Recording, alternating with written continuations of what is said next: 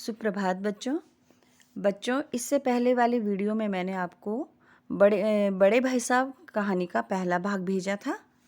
आज दूसरे भाग का अध्ययन करेंगे।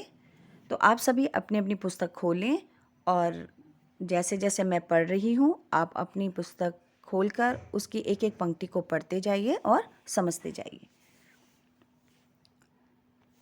सालाना इम्तिहान हुआ।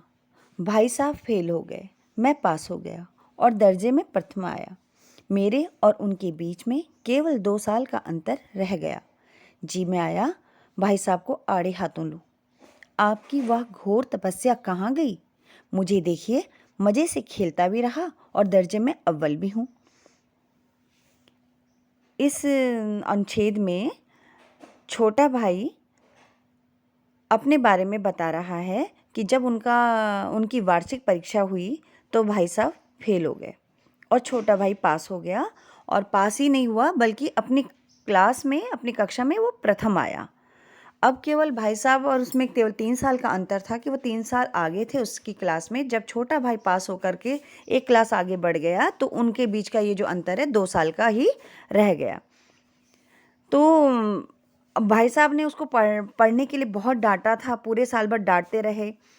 तो वो सोचता है छोटा भाई कि मैं भी अपने भाई को आड़े हाथों लूँ, का अर्थात ये मुहावरा है आड़े हाथों लेना, कि उन्हें मैं भी डांटूँ, मैं उनको भी समझाऊँ कि मतलब आप इतना पढ़ते थे, घोर तपस्या कहाँ गई। कहने का मतलब है कि आप रात दिन आंखें फोड़ फोड़ के पढ़ते रहे, किताबों में घुसे रहे, तो क्या हुआ? पास तो आप हो नहीं पाए, फेल हो गए। लेकिन मुझे देखिए कि अपना एग्जाम्पल देते हैं, उदाहरण देते हैं कि मैं तो पूरे साल मज़े से खेलता भी रहा, अपने मन की भी करता रहा और अपनी क्लास में अव्वल आया, यानी फर्स्ट भी आया, प्रथम भी आया। लेकिन वो उसके जो भाई थे वो इतने दुखी और उदास थे कि उनको हमदर्दी हो गई, दिल से हमदर्दी हुई। वो कहता है ना, लेकिन वह इतनी दुखी और उदास थे कि मुझे उनसे दिली हमदर्दी हुई और उनके घाव पर नमक छिड़कने का विचार ही लज्जास्पद जान पड़ा। कहने का मतलब है कि वो भाई, जो बड़े भाई थे, वो अपने फेल होने से बहुत दुखी थे और उदास थे। तो छोटे भाई को उनसे दिल से हमदर्दी हुई और उसे लगा कि अब भाई के घावों पर नमक छिड़कना बेकार है। उसे अपनी इसी सोच पर शर्मिंदगी भी महसूस हुई। लज्जास्पद का अर्थ होता है शर्मिंदा होना और घाव पर नमक छिड़कने का मतलब है दुखी को और दुखी करना। तो उसने ये विचार अपना त्याग दिया। लेकिन लेखक कहता है कि हाँ, अब मुझे अपने ऊपर कुछ अभिमान हुआ और आत्मसम्मान भी बढ़ा। भाई साहब का वह रौब मुझ पर न रहा। आज़ादी से खेल कूद में शरीक होने लगा। दिल मजबूत था। अगर उन्होंने मेरी फिर फजीहत की तो साफ कह दूंगा, आपने अपना खून जलाकर कौन सा तीर मार लिया। मैं तो खेलते कूदते दर्जे में अव्वल आ गया। जबान से या हेकड़ी जताने का साहस न होने पर भी मेरे रंग ढंग से साफ जाहिर होता था कि भाई साहब का वह आतंक मुझ पर नहीं था। ठीक है, तो लेखक कह रहे हैं आगे कि भाई को दुखी करने का विचार तो खैर उसने दिल से त्याग दिया था, उसे भाई से हमदर्दी हो गई थी, लेकिन अपने ऊपर कुछ अभिमान हो गया था। लेखक को थोड़ा घमंड हो गया था अपने ऊपर और इस तरह से उसका आत्मसम्मान और स्वाभिमान भी बढ़ गया था, क्योंकि उसे लगा कि मैं खेलते कूदते आराम से पास हो गया और साथ ही बहुत अच्छे नंबरों से पास हुआ। तो जो भाई साहब का जो रौब था, जो डर था, वो उस पर छोटे भाई पर अब उतना रौब नहीं रहा, यानी कि वो उतना अपने भाई से उतना अब डरने नहीं लगा। जैसे पहले डरता था ना, अब उसका थोड़ा सा डर खत्म हो गया। आज़ादी से मतलब आराम से वो खेल कूद में भी शामिल होने लगा, क्योंकि दिल से तो वो मजबूत था ही, दिल तो उसका बहुत मजबूत दिल का था वो। और सोच लिया था उसने अपने मन में कि अगर भाई साहब ने फिर मेरी फजीहत की, फिर मेरी इंसल्ट की, मेरा अपमान किया, तो मैं अब भाई साहब से बिल्कुल स्पष्ट शब्दों में कह दूंगा कि आपने दिन रात खून जलाकर, यानी इतनी मेहनत करके कौन सा तीर मार लिया, मतलब क्या हासिल कर लिया। आपने दिन रात पढ़ाई की, आपने किसी खेल कूद में भाग नहीं लिया, किसी उत्सव में नहीं गए, अपने कमरे में बैठे सिर्फ पढ़ते रहे, तो तब भी आप फेल हो गए। लेकिन मैं तो खेलते कूदते अपनी कक्षा में फर्स्ट आया। लेकिन लेखक ये सारी बातें अपने मन में सोचता था। अपनी जबान से ये हेकड़ी जताने का मतलब ये अकड़ दिखाने का कि उसमें हिम्मत नहीं थी।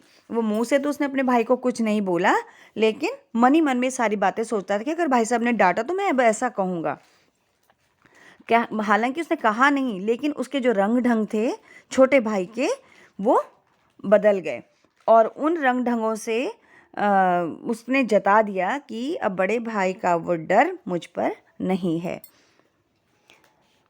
भाई साहब ने इसे भांप लिया।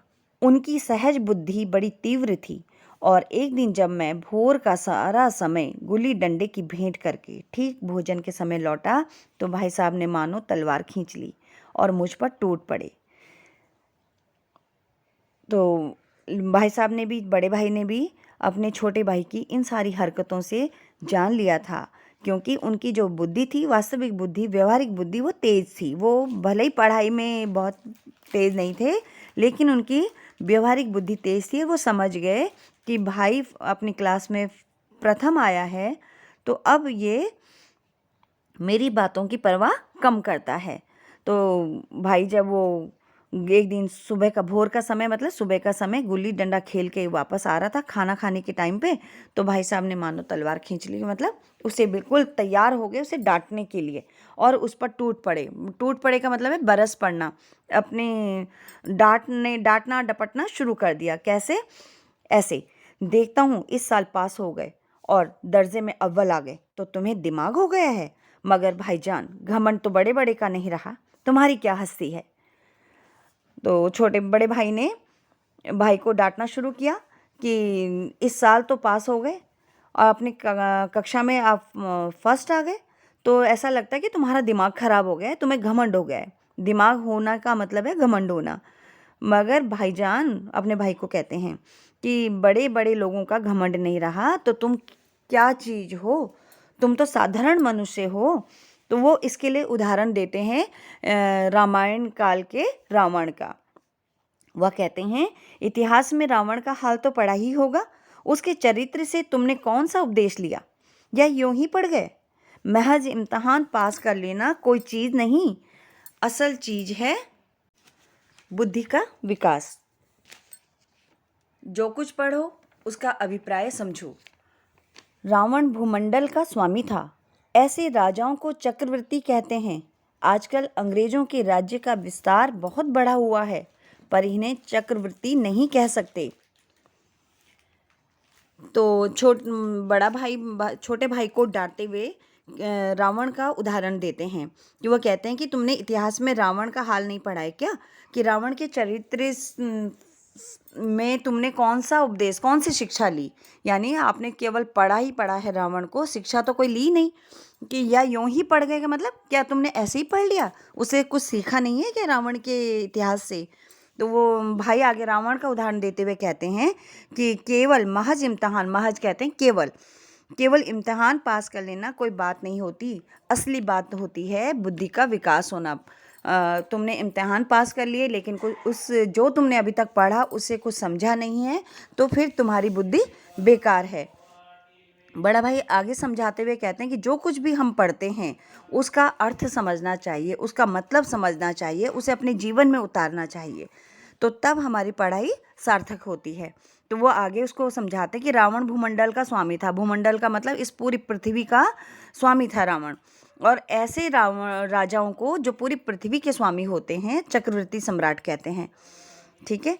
तो वो आगे फिर अंग्रेज़ों का उदाहरण देते हैं कि आजकल अंग्रेज़ों के राज्य का विस्तार बहुत बढ़ा हुआ है, पर इन्हें चक्रवर्ती नहीं कह सकते। संसार में अनेक राष्ट्र अंग्रेज़ों का आधिपत्य स्वीकार नहीं करते, बिल्कुल स्वाधीन हैं। तो वो अंग्रेज़ों का एग्जाम्पल उस समय देते हैं कि अंग्रेज़ उस समय भारत में अपनी शक्ति और अपना साम्राज्य बढ़ाते जा रहे थे। तो वो कहते हैं कि उस समय आज भी अंग्रेज़ों को अन्य देशों से ज़्यादा महत्वपूर्ण माना जाता है और विकसित माना जाता है।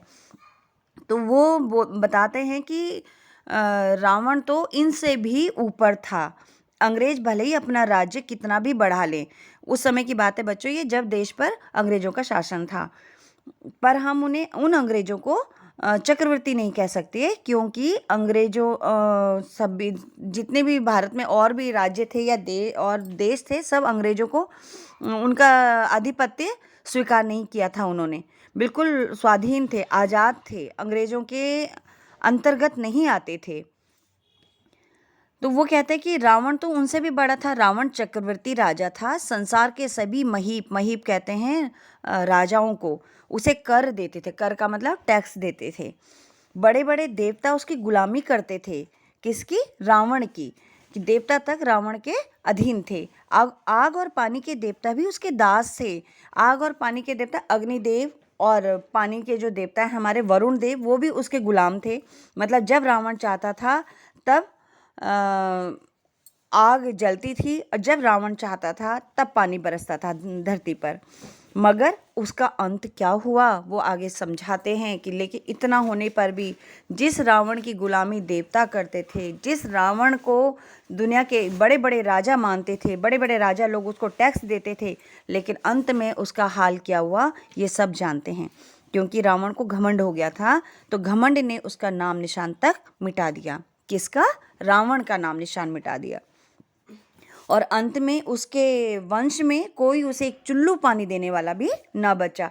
चुल्लू कहते हैं अंजुलि भर पानी देने वाला भी नहीं बचा, क्योंकि उसके वंश का पूरा नाश हो गया था, कोई बचा ही नहीं था, सिर्फ एक भाई विभीषण बचा था। तो ये सब क्यों हुआ? घमंड के कारण, क्योंकि रावण को बहुत घमंड हो गया था। तब भाई फिर उसे समझाते हैं कि आदमी और जो कुकर्म चाहे करे पर अभिमान ना करे, कि आदमी चाहे 100 बुरे काम कर ले पर घमंड सबसे बुरा है, घमंड वो कभी ना करे, इतराए नहीं, अपने ऊपर कभी गर्व ना करे, अपने उपलब्धियों को लेकर, अपने अच्छे कामों को लेकर दूसरों को नीचा दिखाने की कोशिश ना करे।